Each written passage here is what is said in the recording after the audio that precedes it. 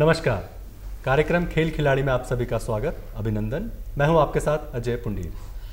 दर्शकों, आज हम बात करेंगे विश्व के सबसे लोकप्रिय खेल फुटबॉल और उसकी चुनौतियों के बारे में, खास करके उत्तराखंड के संदर्भ में।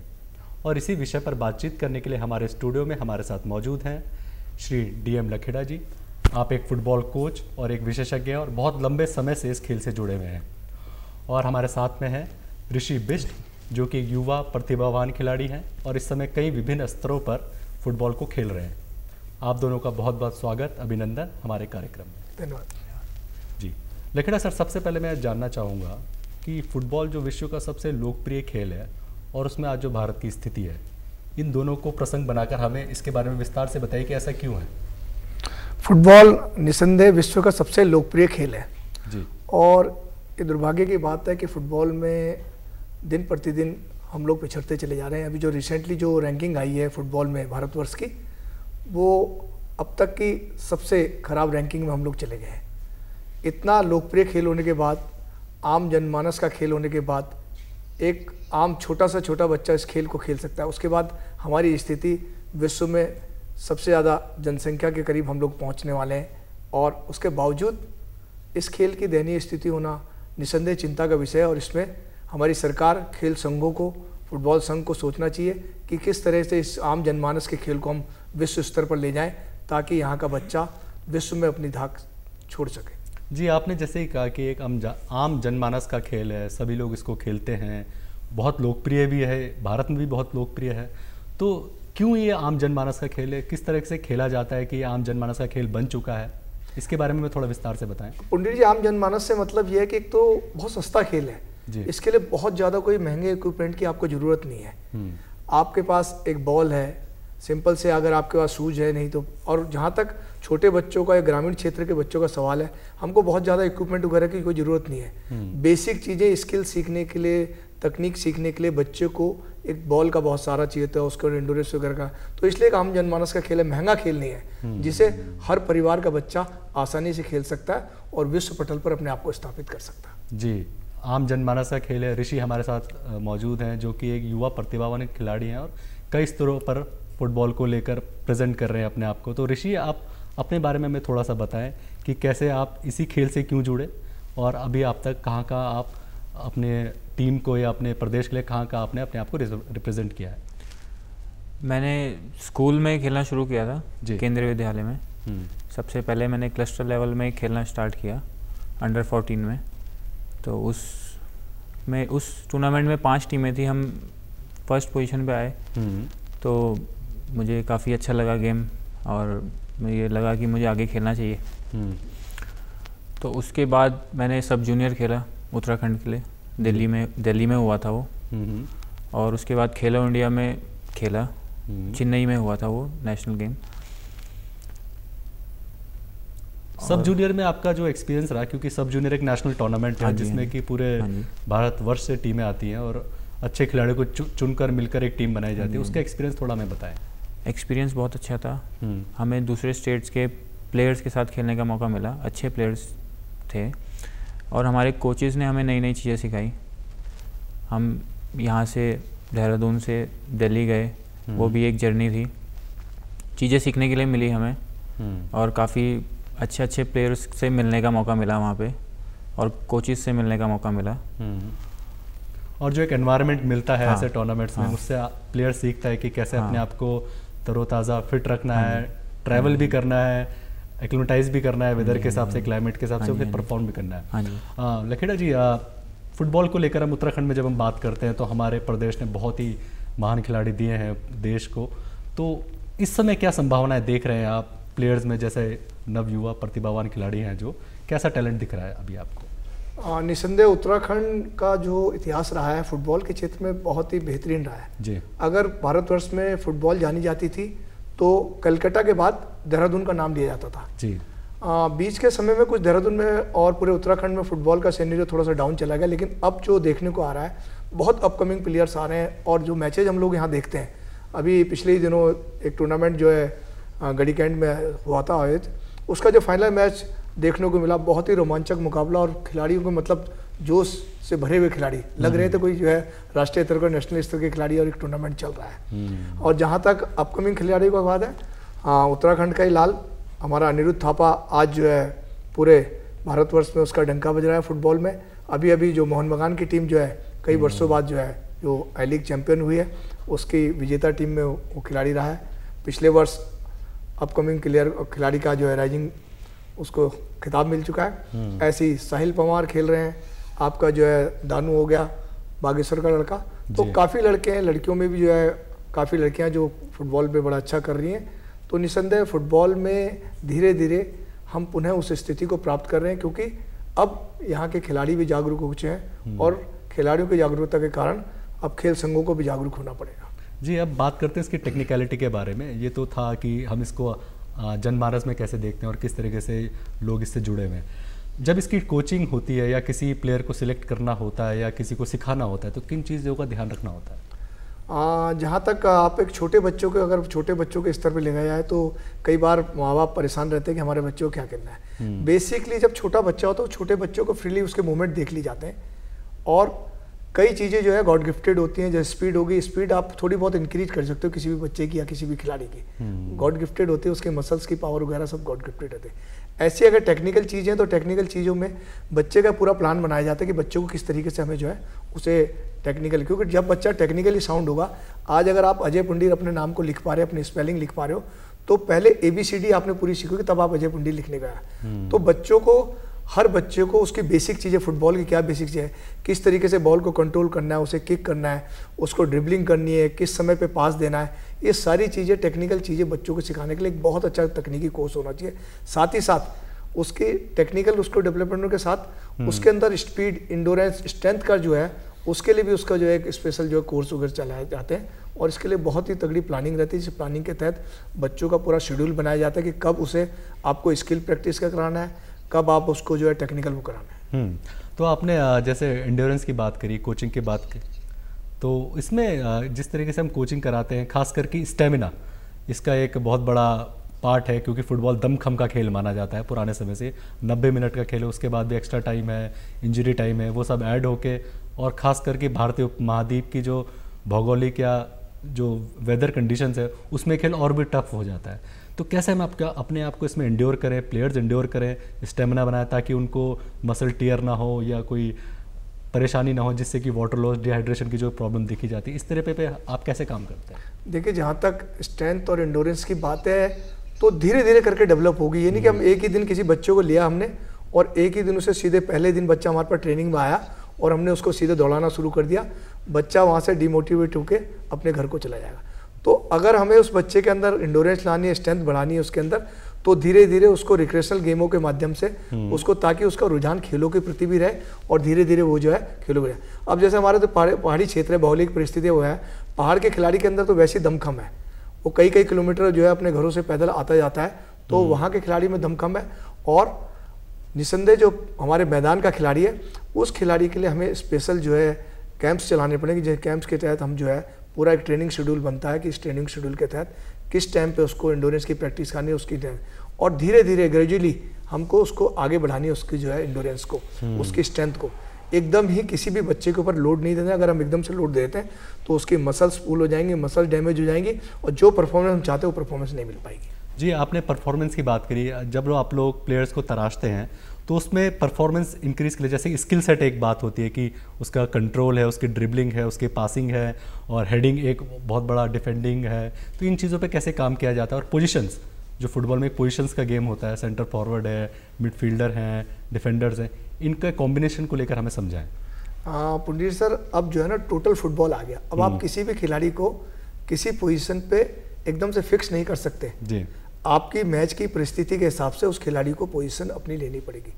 कई बार ऐसा भी हुआ है कि टीम बहुत दबाव में है और हारने की स्थिति में पहुंच रही की टीम, तो डिफेंडर जो आगे चले जाते हैं जी कि भाई चलो हमें किसी तरीके से अपनी टीम को जिता है जी। ऐसा हमने देखा है, गोलकीपर भी आगे चले जाते हैं। बिल्कुल। आज की टीम में टोटल फुटबॉल है। और जहां तक परफॉर्मेंस की बात है कि खिलाड़ी की परफॉर्मेंस, ये टीम गेम है। तो हम सब बच्चों को कहते हैं कि भाई टीम गेम में आपको अगर किसी से आगे निकलना तो 21 आपको दिखाई देना चाहिए। 19-20 सारे हैं, कई बार क्या होता है कि बच्चा डिमोटिवेट हो जाता है कि भाई मैं तो बहुत अच्छा खेलता था, मेरा सिलेक्शन नहीं हुआ। लेकिन सिलेक्शन होने के लिए आपको 19-20, हम 3 जने बैठे हैं, 19-20 है, जो 23-24 दिखाई देगा, तब जा इतने अंकों का जहाँ फासला दिखाई देगा, वहाँ से हमारी परफॉर्मेंस अलग से दिखाई देगी कि भाई ये अलग से खिलाड़ी है, और वो नज़रों में अपने आप ही आ जाता है। आपका मैचेज चल रहे हैं, उस मैचेज में आपके बॉल रोकने का तरीका, बॉल पास देने का तरीका, बॉल को गोल में कन्वर्ट करने का तरीका, डिफेंस करने का तरीका, ये सारी चीज़ें आपके परफॉर्मेंस में काउंट होती हैं और वही आपकी टीम को विजयी बनाती है। जी ऋषि, आप अपनी पोजीशन के बारे में हमें बताएं और जिस तरीके से आप लोग ट्रेनिंग करते हैं, जो एक डाइट रूटीन होगा, एक टाइम टेबल होगा खास करके इस खेल के लिए, वो हमें थोड़ा सा डिटेल में बताएं। जी, मैं डिफेंडर खेलता हूँ मैं, और डिफेंडर हमेशा टीम को गाइड करने के गाइडेंस बहुत जरूरी देनी होती है टीम को, पीछे से डिफेंडर्स को। और डाइट हमेशा क्लीन होना चाहिए, प्रोसेस्ड कुछ नहीं होना चाहिए। और रूटीन सुबह जल्दी उठना होता है, ट्रेनिंग, फिर ब्रेकफास्ट के बाद रेस्ट, फिर थोड़ा अपना स्टडी भी करना ज़रूरी है, फिर उसके बाद लंच के बाद इवनिंग ट्रेनिंग, फिर उसके बाद इवनिंग ट्रेनिंग के बाद अपना डिनर जल्दी से जल्दी, फिर 9-10 बजे तक सोना होगा, क्योंकि आपको दोबारा जल्दी उठना है सुबह ट्रेनिंग के लिए। ठीक। लखेड़ा सर, जैसे कि इन्होंने एक डाइट की बात करी, आज के परिदृश्य में जो डाइट एक बहुत ही इम्पोर्टेंट फैक्टर हो चुका है, क्योंकि डाइट प्लान्स आते हैं, एजुकेशंस आ गया है, प्रोटीन रिच डाइट दी जाती है खिलाड़ियों को, उसके बारे में हमें थोड़ा सा बताएं, किस तरह की डाइट फॉलो करनी चाहिए एक प्लेयर को। पुनीत सर, आपने बहुत ही अच्छा एक सवाल पूछा कि डाइट, आज की डेट में आप देखोगे कि कितने बहुत सारे जिम खुल चुके हैं, और उन जिम में आर्टिफिशियल जो है पाउडर्स दे करके, आर्टिफिशियल डाइट दे करके बच्चों की स्ट्रेंथ को बढ़ाया जा रहा है। मैं उसके टोटली खिलाफ हूँ, और अभी पिछले दिनों नाडा ने एक बहुत सेमिनार भी आयोजित किया था, उस सेमिनार में मैंने इस क्वेश्चन को रेज भी किया था कि जो जिमों में आजकल जो है बिल्कुल सप्लीमेंट दिए जा रहे हैं, फूड सप्लीमेंट दिए जा रहे हैं, जिससे आपकी मसल्स जो है बिल्कुल बहुत जल्दी डेवलप हो जा रही है, क्या वो बच्चों के लिए बहुत ज़्यादा फायदेमंद है? जो ट्रेनिंग ले रहे हैं कि फ़ायदेमंद है, और इसमें मैं किस तरीके से रोक लगानी चाहिए ताकि आम जनमानस को पता चल सके कि भाई जो हम फूड सप्लीमेंट ले रहे हैं ये कितने हमारे लिए जो है बेनिफिशियल है। तो नाडा ने भी कहा था कि इस टाइप के फूड सप्लीमेंट बहुत ज़्यादा बेनिफिशियल नहीं है, इनिशियल स्टेज में ही आपको कुछ एनर्जी दे सकते हैं और कुछ डेवलपमेंट आपकी बॉडी के अंदर कर सकते हैं, लेकिन लॉन्ग रन में आपको जो आपकी नेचुरल डाइट है, हमारे जो नेचुरल फ्रूट्स हैं, उन डाइट्स पे हमें आना चाहिए। एक बच्चा अगर इन सब महंगे प्रोडक्ट पे जाएगा तो नेचुरल है कि उसकी इकोनॉमी भी जो है, अपनी इकोनॉमी कंडीशन भी खराब होगी। तो मेरा ये कहना है कि आपके घर में जो चीज़ें उपलब्ध हैं, हमारे पास दालें उपलब्ध हैं, हमारे पास सब्जियां उपलब्ध हैं, हमारे पास जो है एग्स हो गया है, अगर जो नॉन वेज खाता है वो अवेलेबल है, तो घर में जो आपके पास खाना है उससे अच्छी कोई डाइट नहीं है। बाहर के फूड सप्लीमेंट सिर्फ आर्टिफिशियल सप्लीमेंट है, फॉर द शॉर्ट टाइम आपको एनर्जी देते हैं। कभी कभी क्या होता है कि बहुत अच्छे टूर्नामेंट्स में जाने के लिए उस टूर्नामेंट से पहले ट्रेनिंग शेड्यूल के टाइम पर आपको इस प्रकार के सप्लीमेंट दिए जाते हैं, लेकिन लॉन्ग टाइम तक इन सप्लीमेंटों को लेना बहुत ज़्यादा फायदेमंद नहीं है। मेरा कहना है कि आपके घर में आपके पारिवारिक स्थिति जैसी है, आपके फादर्स मदर्स की जो इकोनॉमिक कंडीशन है, घर का खाना जो है उस खाने पे आप खुशी खुशी खाइए, वो खाना आपको स्ट्रेंथ भी देगा, ताकत भी देगा और आगे खेलने की एनर्जी भी देगा। जी, जैसे कि हम स्टेमिना की बात कर रहे हैं, और जो एक पार्ट एंड पार्सल होता है इस गेम का कि इंजरी, आपको इंजरी फ्री रहना बहुत ज़रूरी है अपने करियर में। अगर आपको आगे बढ़ना है, फोकस रहना है, अगर आप इंजरी फ्री रहने के लिए किस तरह की ट्रेनिंग या किस तरह के शेड्यूल या किस तरह की डाइट, जैसे कि अभी हमने बात करी, फॉलो करना चाहिए? इंजरी आजकल की सबसे बड़ी समस्या हो गई है खिलाड़ी के लिए। जी, अभी जो नए बच्चे उभर रहे हैं, जो नए बच्चे खेलने के लिए आते हैं, उन्हें यही नहीं पता कि इंजरी होती क्यों है। बच्चा आया ग्राउंड में, बॉल उठाई, सीधे जो है अपनी किकिंग स्टार्ट कर दी या खेलने लग गया। हमें अपनी बॉडी के टेम्परेचर को, अपनी बॉडी की मसल्स को उस एक्टिविटी के ले जाने के लिए पहले वार्मिंग अप सेशन ले जाना पड़ेगा। जी, आज का बच्चा वार्मिंग अप सेशन से बहुत दूर चला गया। वो ना स्ट्रेचिंग कर रहा है, ना वो रनिंग कर रहा, ना स्पीड की एक्सरसाइज कर रहा, और तुरंत जो है खेलने के चला। उसके कारण जहाँ आप मैचेज में खेलने गए या जहाँ आप प्रैक्टिस में खेलने के लिए गए, जैसे ही आपकी मसल्स पे कोई लोड पड़ा, और लोड पड़ते ही आपकी मसल्स वहाँ से टीयर अप हो जाएगी, और या आपकी मसल्स में खिंचाव हो जाएगा, आपको प्रॉब्लम हो जाएगी, और इस तरीके से आपके लिगामेंट वगैरह की इंजरी हो जाएगी। तो इंजरी बहुत बड़ा एक आज की डेट में चैलेंज है बच्चों के लिए। मेरा ये बच्चों को सुझाव है कि खेलने से पहले आप अपने शरीर को उस एक्टिविटी के लिए तैयार कर लें, अपने मसल्स को उतना स्ट्रांग बना लें कि जो भी आप जितनी स्पीड से आप दौड़ना चाह रहे, जितनी स्पीड से आप उसको किक मारना चाह रहे, उस स्पीड के लायक आपकी बॉल और आपका शरीर आपका साथ दे। तो इंजरी फ्री रहने के लिए जैसे कि आपने बताया वार्म अप एक्सरसाइजेस करी जाती हैं, तो किस तरह की एक्सरसाइजेस होती हैं, इस तरह के बारे में हमें थोड़ा डिटेल में बताएं कि जिससे देखने वाले हमारे दर्शक भी समझ सके कि हम ये एक्सरसाइज करके तब मैदान में उतरे हैं, तब किकिंग या और ड्रिलिंग जो स्टार्ट होता है फुटबॉल में वो शुरू करें। देखिए पंडित जी, सबसे पहले मैं कहूँगा बच्चों को बहुत हेल्दी, जॉगिंग एक पार्ट है। आप ग्राउंड में जाते हैं, सुबह सुबह उठ के आए, मन को तरोताज़ा करके ग्राउंड में आप आए, 1-2 राउंड आप वॉक कर लीजिए, उसके बाद हल्के हल्के 1-2 राउंड आप लोग जॉगिंग कर लीजिए, फिर थोड़ा सा आप मीडियम पेस रनिंग कर दिए, उसके बाद आपने अपनी पेस रनिंग करके फिर आप स्ट्रेचिंग एक्सरसाइज पे आ जाइए। स्ट्रेचिंग एक्सरसाइज के बाद आप स्ट्रेंथ पे आ जाइए कि स्ट्रेंथ की एक्सरसाइज। हफ्ते का शेड्यूल बना दीजिए कि हफ्ते में 2 या 3 दिन आपको जिम की एक्सरसाइज जो आपको वेट से, क्योंकि आपके मसल्स पे जो है स्ट्रांगनेस वेट एक्सरसाइज से आएगी। उन वेट एक्सरसाइज को करने के लिए कम से कम जो है आपको वीक में बनाना चाहिए कि हमारा 2 दिन जो है वेट ट्रेनिंग का शेड्यूल रहेगा, जिससे हमारी मसल्स में ताकत आए। और स्पीड के सेशन हो गए, कंटिन्यू आपके जो है वीक में आपने एक दिन कंटिन्यू बना लिया कि भाई एक दिन हमें क्रॉस कंट्री जाना है, 8 से 10 किलोमीटर की क्रॉस कंट्री जो है आप अपने इंडोरेंस के लिए बनाने के लिए। तो क्योंकि फुटबॉल 1.5 घंटे का करीब खेल है, उस 1.5 घंटे के खेल के लिए आपके अंदर बहुत ज़्यादा जान की चाहिए और पावर का गेम है। आज के कई बार मैचेज ड्रॉ हो जाते हैं, तो वही मैचेज हमारे 1.5 पौने 2 घंटे तक चले जाते हैं। तो इसलिए जो है ताकत और स्टेमिना होना बहुत जरूरी है। और फुटबॉल का गेम ऐसा है कि स्पीड के साथ साथ ताकत, एंडोरेंस, पूरा टोटल हर चीज़ आपकी मसल्स में होना चाहिए, तब आप अच्छा परफॉर्मेंस कर पाओगे। जी बिल्कुल। ऋषि, आप किस प्लेयर को आइडियल मानते हैं, किसको देखते हैं कि मुझे इसकी तरह फ्यूचर में कुछ करना है या बनना है, या इस लेवल पे अपने देश को या अपने राज्य को रिप्रेजेंट करना है? जी, संदेश जिंगन है, हमारे इंडिया टीम के रिप्रेजेंट करते हैं वो, कई बार कैप्टन भी रहे हैं हमारी टीम के, इंडिया टीम के। तो मैं उनको अपना आइडल देखता हूँ और वो काफ़ी बोल्ड, काफ़ी टफ प्लेयर हैं और काफ़ी टाइम से वो इंडियन टीम को अपना सपोर्ट दे रहे हैं। और वो पंजाब से हैं जी, पंजाब से हैं, वो बहुत स्ट्रॉन्ग प्लेयर हैं। तो मैं भी उनकी तरह स्ट्रॉन्ग बनना चाहता हूँ जी। बहुत अच्छा प्लेयर आपने जो संदेश जिंगन बताया, इंडियन डिफेंस के बैकबोन माने जाते हैं। हाँ जी, संदेश जिंगन जी।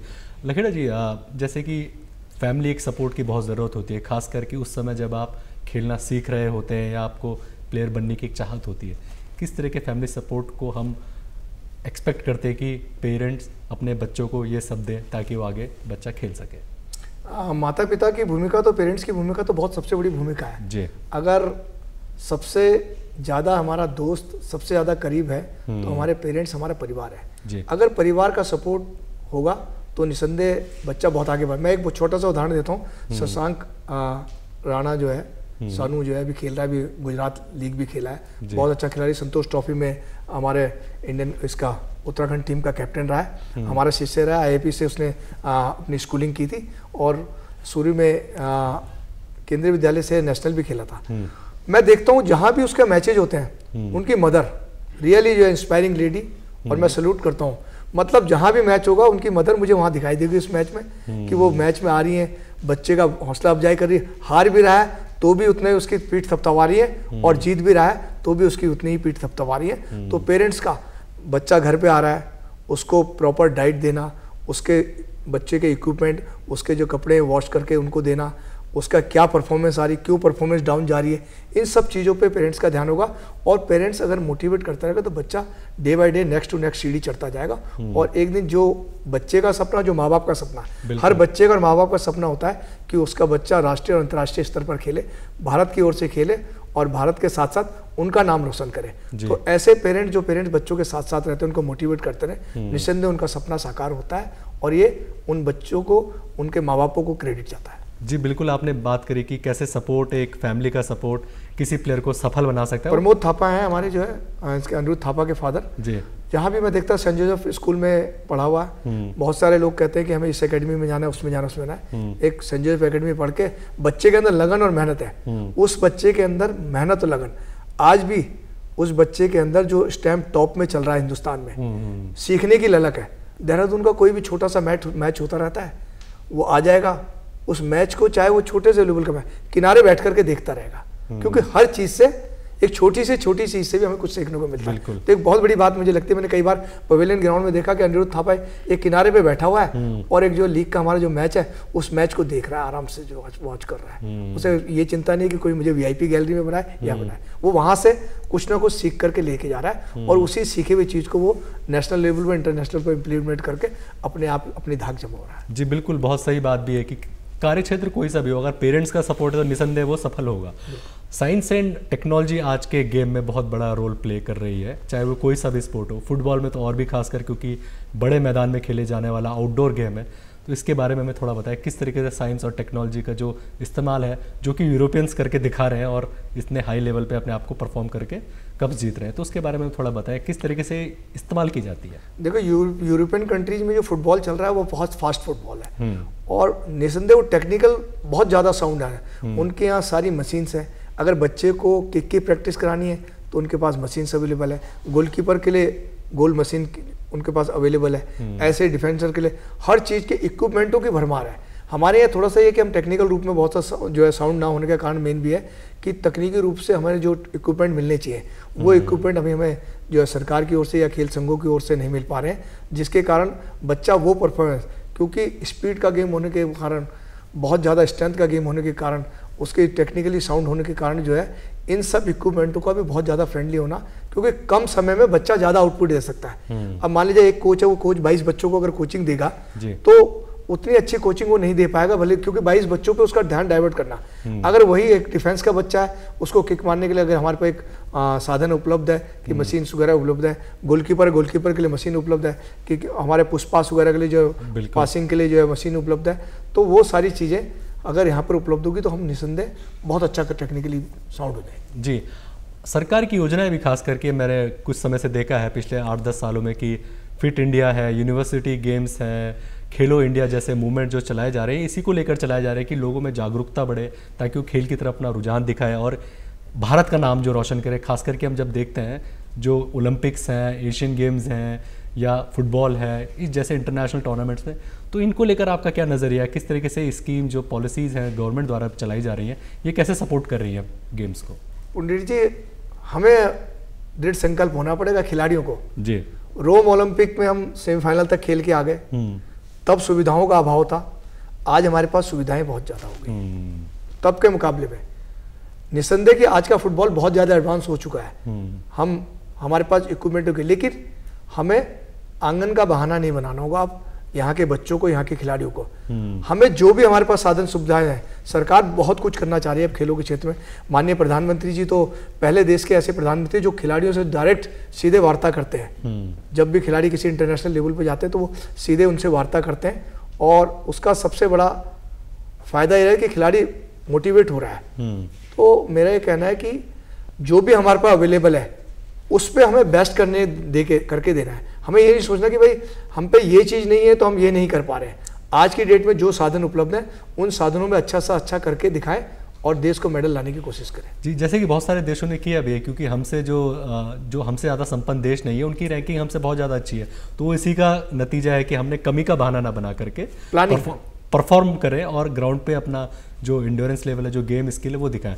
उत्तराखंड की जब हम बात करते हैं तो यहाँ के जो प्लेयर्स हैं, हमारी जो भौगोलिक स्थितियाँ हैं, हमारा जो नेचुरल एक टेरेन है, वो इस खेल को सपोर्ट करता है नेचुरली। तो उसके बारे में हमें थोड़ा बताएं कि इसको लेकर हमारे प्लेयर्स में किस तरह की जागरूकता दी जाए, जो उत्तराखंड में एक नेचुरल स्टेमिना इनबिल्ट है प्लेयर्स के अंदर, कि उनको बताया जाए कि आप फुटबॉल खेल के लिए बहुत अच्छे हो सकते हो और आपको एक अवेयरनेस की ज़रूरत है और एक प्रोग्राम की ज़रूरत है कि उनको मेन स्ट्रीम में ला करके इस खेल में आगे बढ़ाया जाए। उत्तराखंड का राज्य खेल फुटबॉल है जी, और अब जाकर के राज्य सरकार फुटबॉल खेल की तरफ ध्यान देना शुरू कर रही है। पिछले दिनों एक बहुत बड़ा टूर्नामेंट हिमालयन कप के नाम से आयोजित किया गया था, यहाँ पर उसकी बड़ी अच्छी परफॉर्मेंस रही है, लेकिन जिस स्तर पर प्रयास होने चाहिए उत्तराखंड के फुटबॉल को आगे ले जाने के लिए, अभी हम उसमें बहुत पीछे हैं। हमारी प्लानिंग नहीं है। 13 जिले हैं हमारे, इन 13 जिलों में फुटबॉल की प्रतियोगिताएं आयोजित होनी चाहिए, जो कि मात्र 1-2 डिस्ट्रिक्ट तक समेट कर रह जा रही हैं। वहाँ की जो भी जिला इकाइयाँ हैं वो इतना ज़्यादा एक्टिव नहीं है। दुर्भाग्य से देहरादून जो फुटबॉल का हब कभी माना जाता था, यहाँ पर भी आपसी मनमुटाव के कारण कभी लीग होती है। एक ऐतिहासिक लीग जो है लाला नेमीदास के नाम से लीग होती थी, पिछले 2 सेशन से वो लीग नहीं हो पा रही है ना। तो जब हम कार्यक्रम नहीं देंगे, प्लानिंग नहीं करेंगे, तो खिलाड़ियों को एक प्लेटफॉर्म नहीं मिलेगा खेलने का, और जब प्लेटफॉर्म नहीं मिलेगा तो उनकी जो परफॉर्मेंस है वो निस्संदेह डाउन जाएगी। इसमें राज्य सरकार की बात जितनी हमने करी, उतना शायद एक फैमिली को अवेयरनेस की भी ज़रूरत उतनी होती होगी। जैसे कि ऋषि ने हमें बताया था कि ये संदेश झिंगन जैसा कुछ करना चाहते हैं, तो इसको लेकर आप कितने श्योर हैं, दिखते हैं कि मैं इतनी मेहनत करूंगा कि मैं उस लेवल तक पहुंच पाऊंगा, एक नज़रिया दिख रहा होगा आपको? जी सर, गोल सेट करना बहुत ज़रूरी है। अब गोल्स, उसको प्लानिंग करना बहुत ज़रूरी है। अब स्टेप बाय स्टेप हम जाएंगे। अभी जैसे मैंने सब जूनियर खेला, अब मैं सीनियर टीम में आना चाहूँगा। फिर सीनियर टीम से मैं 2nd डिवीज़न आई लीग, फिर then ISL, then Indian team में आना चाहूँगा। तो बहुत लंबा प्रोसेस है, लेकिन गोल तक जाने के लिए वो फॉलो करना होगा। जी, आप दोनों का बहुत बहुत धन्यवाद। आपने ढेर सारी जानकारियाँ शेयर करी हमें फुटबॉल के बारे में, खास करके उत्तराखंड के संदर्भ में भी किस तरीके से हम लोग एक नेचुरली इनबिल्ट स्टेमिना और एक स्किल सेट लेकर यहाँ पले बढ़े हैं। उसको थोड़ा सा एक दिशा देने की ज़रूरत है, थोड़ा एक अवेयरनेस की ज़रूरत है, और निसंदेह आने वाले समय में हम अपने देश की और प्रदेश की रैंकिंग भी सुधारेंगे, और हो सकता है आने वाले कुछ वर्ल्ड कप में हम इंडिया को खेलते हुए भी देखें। तो इसी के साथ आज का कार्यक्रम यही समाप्त होता है। अगले अंक में आपसे फिर मिलेंगे किसी नए विषय के साथ। तब तक के लिए नमस्कार।